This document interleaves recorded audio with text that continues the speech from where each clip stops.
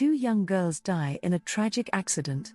A year later, their grieving parents welcome twin daughters, who start recalling memories they could never have known. Same names. Same toys. Same fears. Coincidence? Or something beyond? May 7, 1957, Hexham, England. Two sisters, Joanna and Jacqueline Pollock, are walking to church with a friend when they're struck and killed by a car. The town is devastated. Their parents, John and Florence, are crushed by grief. But John, deeply spiritual, holds on to a bizarre hope. He believes his daughters will return to him. A year later, Florence gives birth to twin girls, Gillian and Jennifer. But strange things happen from the start. Jennifer has a birthmark on her forehead, matching a scar Jacqueline once had. Gillian begins talking about memories of a playground in Hexham they've never visited. Even more unsettling.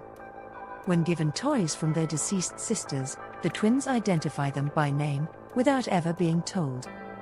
They also ask for places and people only Joanna and Jacqueline would have known. They even develop phobias of cars, screaming at the sight of traffic, crying that the car is coming to get us. At age 4, the twins begin speaking of the accident. But they've never been told about it. They describe the school their sisters attended and recognize places their family has never shown them. John and Florence become increasingly convinced these twins are Joanna and Jacqueline, reborn. By age 5, the memories begin to fade. But the question remains, how could they have known any of this? Psychologists and parapsychologists investigate.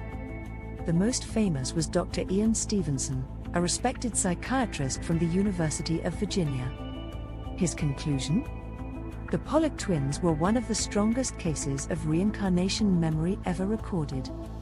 Skeptics argue that parental influence or subconscious suggestion may explain the similarities. But how could children identify old toys and describe a town they had never visited? Was this a case of reincarnation? A psychic imprint left behind by trauma? Or an extraordinary coincidence wrapped in grief? Some theories suggest split soul theory, the consciousness of the deceased girls partially returned genetic memory, trauma imprinted onto DNA, spiritual possession, a haunting, not a rebirth. Others believe the Pollocks simply needed to believe, and so they shaped a narrative that helped them cope. Two sisters, gone too soon. Two more, born with memories of a life they never lived. What does it mean